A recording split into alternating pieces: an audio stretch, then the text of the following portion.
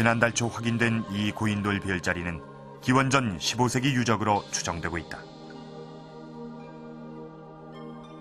삼국시대 초기는 엄청난 그런 수준 높은 관측이 진행되지 않았겠느냐 하는 생각을 합니다. 왠가니 그게 단순히 그 별자리 관측만으로 끝난 것이 아니라 물론 이제 신앙적인 대상으로서의 별을 관측했겠죠. 그렇지만 더 실제적인 것은 우리 정착민족으로서 농사를 짓는 그러한 생활에서 빼놓을 수 없는 것이 별자리 관측입니다. 그래서 그 당시의 수준은 현재 역과 관련시켜서 비교한다고 하면 상당히 높은 수준의 관측도 이루어지고 그 당시에 사람들의 어떤 과학적인 수준도 높지 않지 않겠느냐 하는 그런 추정을 할 수가 있습니다. 기원전의 천문현상까지 기록으로 남겨둔 삼국사기. 이것은 삼국사기 초기 기록을 부정할 수 없는 또 하나의 증거다. 그동안 많은 연구자들에 의해서 삼국사기 초기 기록의 문제는 하나씩 해결이 돼가고 있습니다.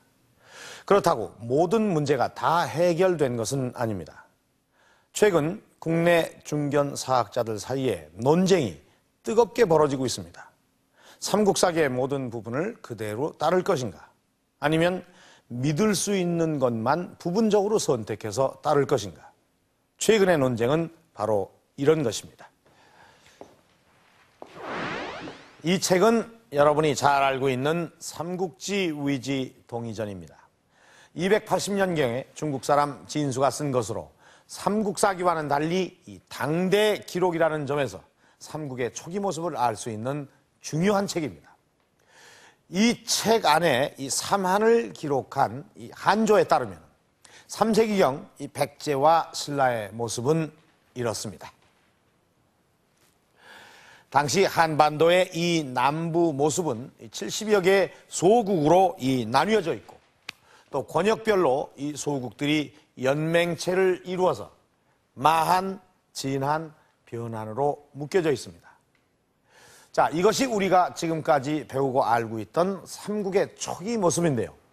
지금까지의 통설입니다. 그런데 이 통설이 잘못됐다는 그런 주장이 제기되고 있습니다. 그 주장의 근거는 바로 삼국사기입니다. 구체적으로 이 삼국사기, 백제본기와 신라본기를 살펴보면은 이미 AD 1세기에서 2세기에 걸쳐서 주변 국가들을 통합해 나가고 있음을 알 수가 있습니다. 이런 기록을 바탕으로 3세기 한강 이남 지역 상황을 그려보면 대략 이런 모습이 됩니다. 자, 삼국지 이 한전의 모습과는 전혀 딴판인 그런 상황이죠. 삼국지 위지 동의전에 의하면 3세기까지의 신라, 백제가 조그만 소국에 불과했는데 삼국사기 초기 기록에 의하면 백제, 신라는 주변 지역을 통합한 상당한 세력으로 성장해 있습니다. 자, 최근 논쟁의 핵심은 바로 여기에 있습니다. 당대 기록인 삼국지와 12세기의 기록인 삼국사기. 과연 어느 기록을 더 믿어야 하는 것일까요? 최근 논쟁을 불러일으킨 서강대 이종욱 교수. 그는 왜 삼국지 위지 동의전을 근거로 한 통설을 부정하는 걸까?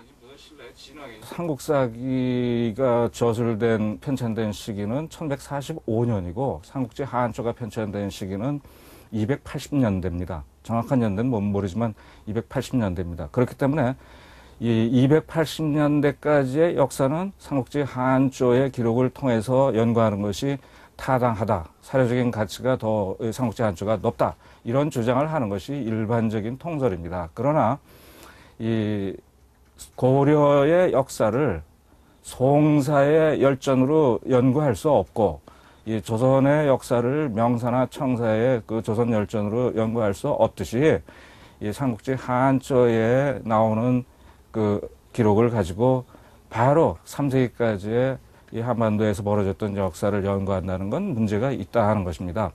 그리고 이 삼국지 한조의 기록은 그 기록을 한번 검토해 보면은 그 안에 그 백제나 신라, 뭐는 삼한 지역의 어떤 왕, 이런 이야기들이 없습니다. 왕이 계보 이런 것도 없습니다. 중국 사람들은 이 백제나 신라의 정치적 성장 또는 뭐 삼한 지역의 정치적 성장 관심이 없었던 것입니다. 그 원인을 이 교수는 삼국지의 편찬 목적에 두고 있다.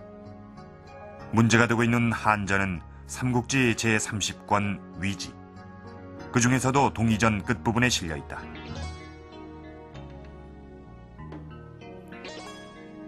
그 내용 또한 삼국의 정치적 성장엔 관심이 없음을 지적한다. 막노국의 이름이 2번 나오기도 하고 변한과 진한을 합한 나라가 24국이라 했지만 실제는 26개국. 변한, 변진, 이름을 혼동한 대목 등 국가 관련 사항을 일관성 없이 허술하게 다룬 대목을 그 근거로 제시하고 있다. 이런 부정확한 기록이 실린 것은 당시 위나라와 삼한 지역 사이에 직접적인 접촉이 없었기 때문으로 보고 있다.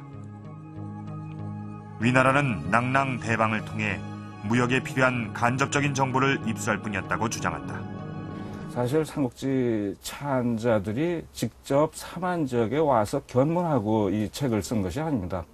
그러니까 과거에 있었던 여러 가지 정보들을 모아가지고 또 이 간접적인 그 자료들을 통해서 결국 삼국지 한조를 편찬한 것뿐이죠. 그렇기 때문에 삼국지 한조 자체는 그 안에 뭐 여러 가지 습속이라든지 제도라든지 뭐 산물이라든지 관계사나 이런 건 굉장히 중요하지만 그 하나하나의 시대를 우리가 설정할 필요가 있죠. 그렇지 않고서는 이 자료를 그대로 삼국시대, 3세기의 역사다 이렇게 이야기한다는 건 문제가 생겨나는 것입니다.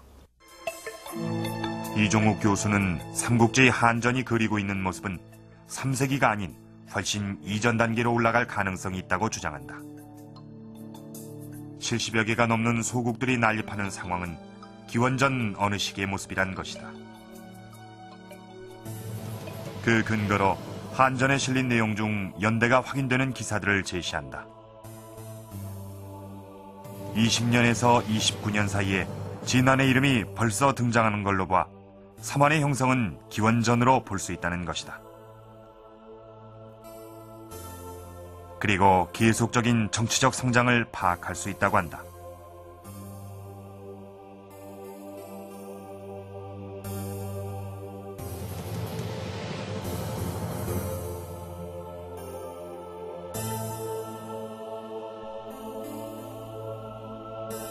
(3세기) 이르면 한은 대방태수를 전사시킬 정도로 성장해 있었다.